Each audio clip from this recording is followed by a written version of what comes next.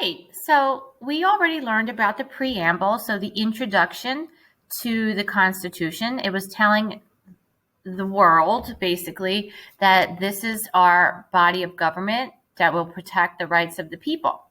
And within the Constitution, after the preamble, they created and wrote three separate sections, and they're called articles.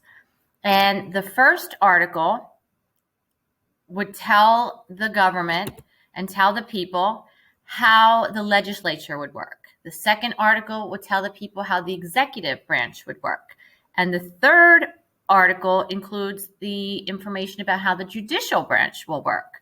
So today we're going to break them down a little bit, and we're going to explain what each of those branches do and who makes up those branches.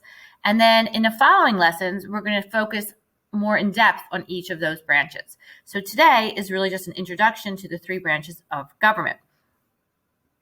The legislative branch includes Congress, which is made up of the Senate and the House of Representatives. The executive branch includes the president, the vice president, and his or her cabinet members. And the third branch of government, the judicial branch, interprets the laws, and that they make up the Supreme Court or other courts. So we are now going to take notes in your CAMI. You're going to follow along as I give you the notes in the next slide.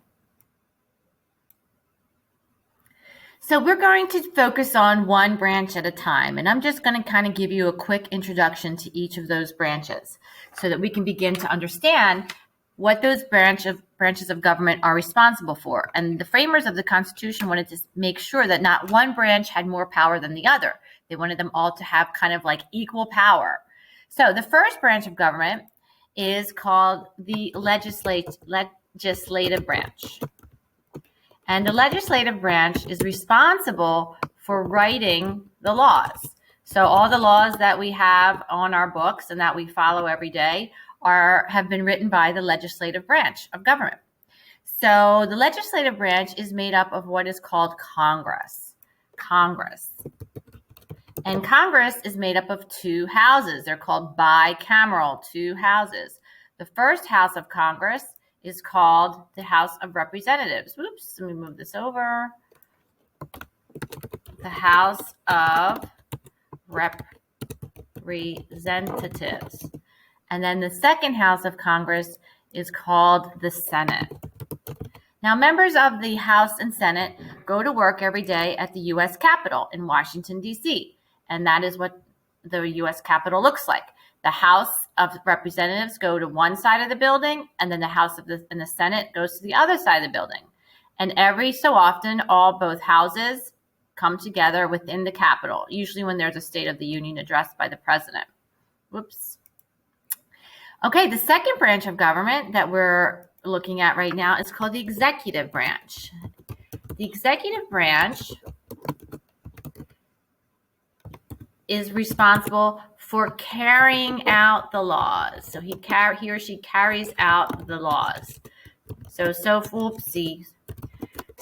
far we have the legislative branch that writes the laws. The executive branch carries out the laws. The people that make up the executive branch for the first person is the president. The second person, I'm sure you can guess, in the executive branch is the vice president. And beneath the vice president are people called cabinet members, or the cabinet.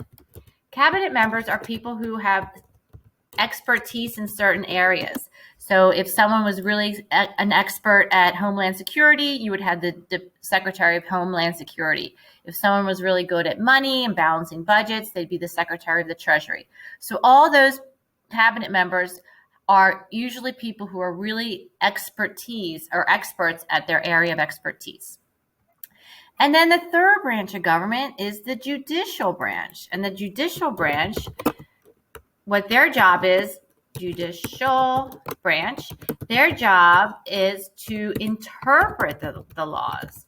So if the Congress writes the laws, the executive branch carries out the laws, the judicial branch will interpret the laws. So if someone says that a law is unconstitutional and they sue to have the law overturned, it will work its way up the different systems and the courthouses. So the highest court in the land that would ultimately is the last say. There is no law higher than the Supreme Court. I mean, there's no court higher than the Supreme Court. So that would be the Supreme Court at the top. Beneath the Supreme Court are appellate courts.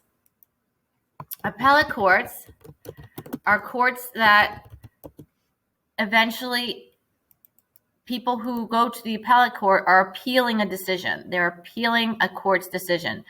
And most of the time, they're appealing the district court's decision. So the district courts are the ones who are the lowest courts of the land. So when they make a decision, if someone's unhappy with the district court's decision, they take it to the appellate courts. If the appellate courts appeal or overturn it, then it goes back to the district courts. But sometimes they appeal it even higher to the Supreme Court, which is the highest court of the land. So again, you see the Supreme Court here, or the courthouses, is where the judicial branch resides and works. The executive branch is where the White House is where the executive branch lives and works, and the Congress is where the legislative branch lives and works. So in upcoming lessons, we're now going to break down each branch one by one, and you'll be taking notes just like you took notes today on the structure of the U.S. government. So don't forget to turn in your notes for points, and I will see you at the next assignment.